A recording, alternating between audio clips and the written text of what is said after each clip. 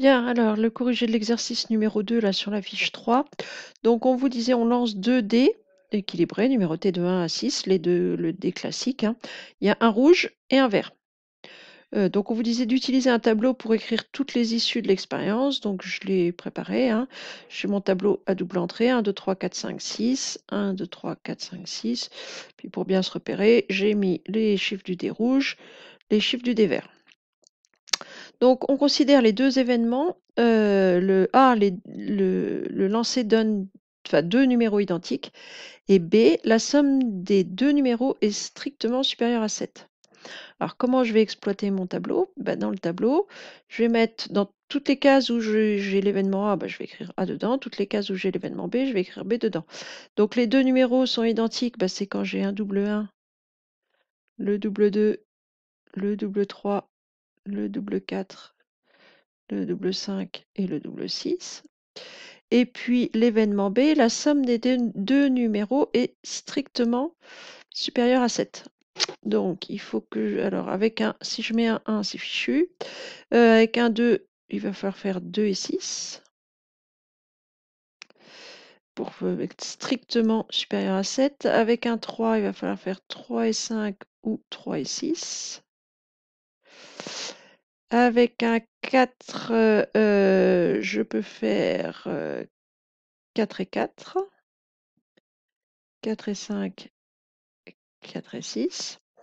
Avec un 5, je peux faire 5 et 3, 5 et 4, 5 et 5 et 5 et 6. Et avec un 6 sur le vert, je peux faire 6 et 2, 6 et 3, 6 et 4, 6 et 5 et le double 6. Donc partout où j'ai mis un B, normalement, j'ai une somme strictement supérieure à 7. Donc, je veux déterminer la probabilité de A, la probabilité de B, la probabilité de l'intersection.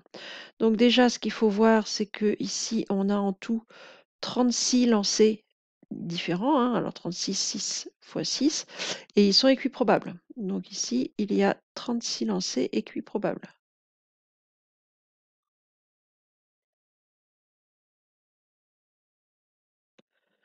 36 lancers équiprobables.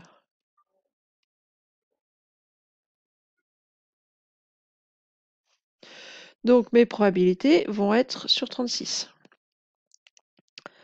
Donc la probabilité de A, l'événement A, je le retrouve sur toute ma diagonale, c'est-à-dire dans 6 cases sur les 36. Ce que je peux simplifier par 6 en 1 sixième. La probabilité de l'événement B, alors l'événement B, je le retrouve dans 1, 2, 3, 4, 5, 6, 7, 8, 9, 10, 11, 12, 13, 14, 15 cases sur les 36, que je peux d'ailleurs simplifier par 3 en 5 douzièmes.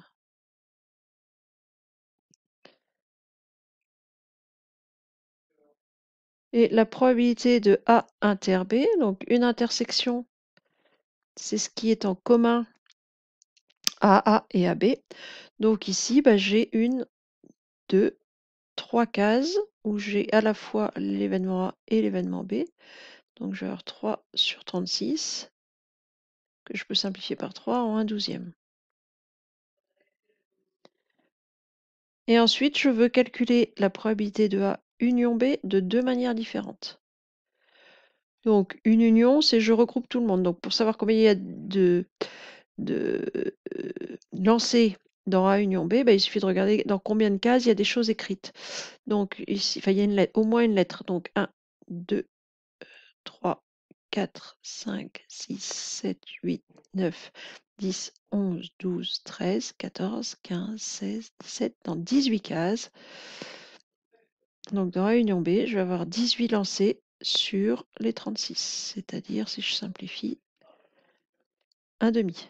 Donc ça, c'est j'ai compté mes cases, il y en a 18 qui ont une lettre, ou les deux, et donc la probabilité de Réunion B, c'est 18 sur 36.